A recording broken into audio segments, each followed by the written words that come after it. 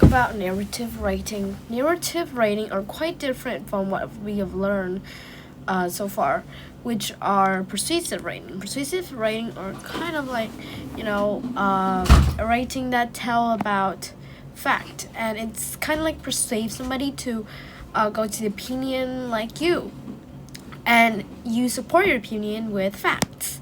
Well, narrative writing here is kind of different because it tells story instead. So, and it is usually fictional rather than a non-fiction. So it requires some planning for essential component like the point of view or plot, the plot, and the characters. Usually, when we talk about narrative writing, now we talk about work of fictions, which are made-up stories that are not true.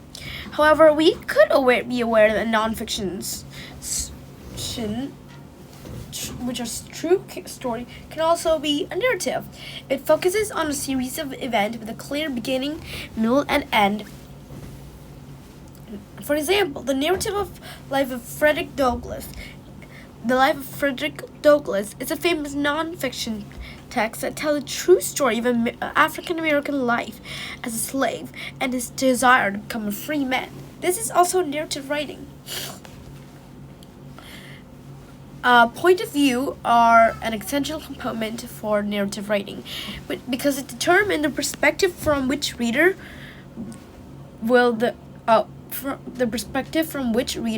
experience the story. So maybe if we have the point of view of, let's say in the book Narrative of Life of Frederick Douglass, let's say we have the point of view of Frederick Douglass himself. So we will see from his view. But if we don't, we have the point of, let's say, the person who keep him as slave. We see from that point of view, it's quite different. Or we don't play any of the character point of view, but we play our self point of view. So it's kind of like we stand from far away to watch the story happening. Okay, so we have two main point of view that we will read in story, which is the first person narrators, which is narrator who describe things from a first person point of view. So we will be describing action and events as the experience for themselves throughout the story. So we will get information about the narrator thought and emotion all along the way. So we will have the point of view of the main character here, or the first person. Like when you read the story and you see that they use the word I, say I see this, I see that. So basically that first person is telling a story, but also telling I this, I that. So it is using the first person point of view. For example, in the book The Adventure of Sherlock Holmes by Sir Arthur Conan Doyle, he's a famous first-person fictional character. It is a famous first-person fictional narrator that tells the story of Sherlock Holmes' perspective as he worked to solve mystery. So we are seeing in the point of view of Sherlock Holmes. So that is the first person, because when we read that, it's like Sherlock Holmes is the one who writes this book. We seeing it from the first point of view. He used I to talk to everyone, use I to write the story like that. So we get to hear Holmes' thought as he experienced event and work out a clue for puzzle in his head, which is what make it the first person fictional narrative. So we can hear his thought, we can see what he is trying to communicate and stuff like that. So just everything in the point of view of Sherlock Holmes, just like we are Sherlock Holmes. The next is the third person, which is also very common. Narrator who describe things from a third person point of view will create a fly on the wall perspective for us. So they will describe the action and events of a story as though he or she is observing them from outside. So sometimes including information about how one or several character are feeling. So the third person here, if you are reading a book with a third person point of view, then you won't be any of the character in the book, but you will kind of like stand from far away observing them from the outside. So it's like they look from the outside, observing the story from the outside, and just tell out something. So the third point of view is quite different from the first, because it's not like, the character in the story, but it's kind of like tell the story again.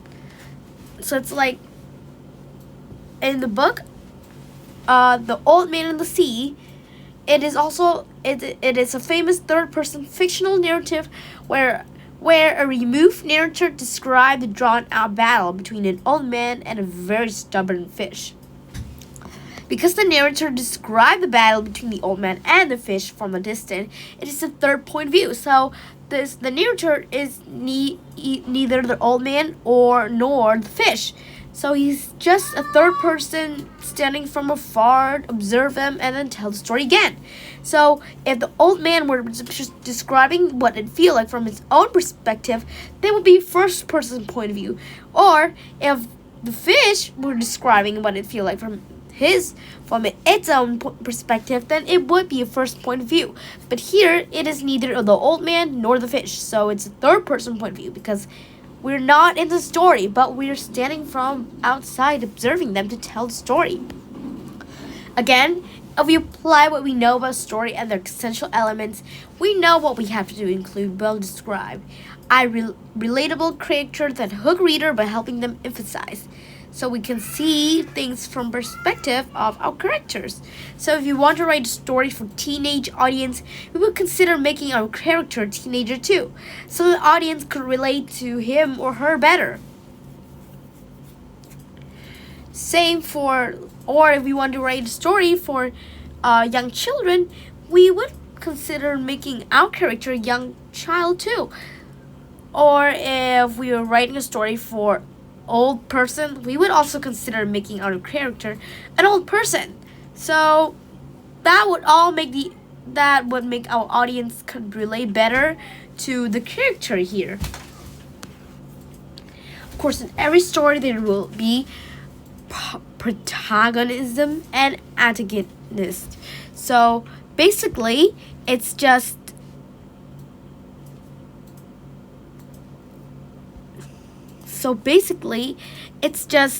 the character, it's from two sides. So when we read a book, there will be two sides. One side will maybe be a bad side. If you read any of children's story, I will take that. Let's say one side will be the protagonist will be the side that have the main character. And they will likely more to go into the good choices, and then an antagonist, which is the person or the force that oppose the main characters. So they're kind of like the opposite of each other.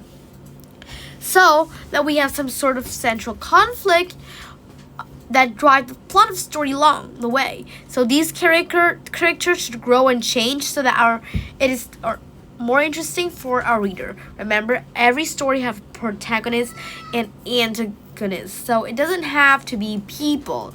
It can also be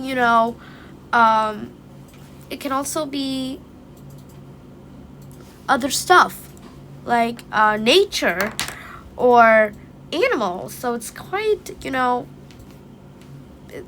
it's just like one side have a main character side, and they're likely to choose the good choices, and the antagonist, which is the person or the force that oppose the main character. So that we have some sort of conflict between them that drive the plot of a story along. So then we could see our character grow and change,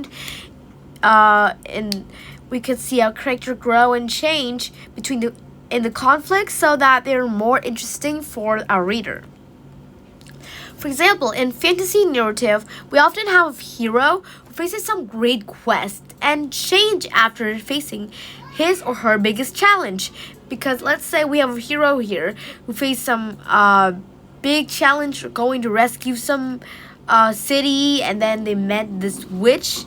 The witch is the antagonist, and then after that it changed. And after that, the hero changed after facing their big challenge. So if we had a hero who faced no challenge and we did not change in any way, the story would be boring. So it would just be boring because it don't have any, conflict, didn't have any, a plot. So it would be so boring to read that. Imagine that. So while there are endless possibility for how to put the action events of story into into sequence, it does have to be some sort of plan for how they fit together. So if we want our reader to be able to follow along easily with whatever sequence of events we put together, like foreshadowing, hints about what will happen, then it can be a way to help events fit together. So whether we want to begin in media res in the middle of thing, at the logical beginning of thing, or at the end of thing, then we use flashback to show how we got there. And then we need to do some pre-writing to make sure all the picture and the plot fit together. And then we might want to read it again, and if it doesn't sound right, then just organize them again. So thank you for coming, and I guess we'll meet each other sooner to talk about this narrative writing.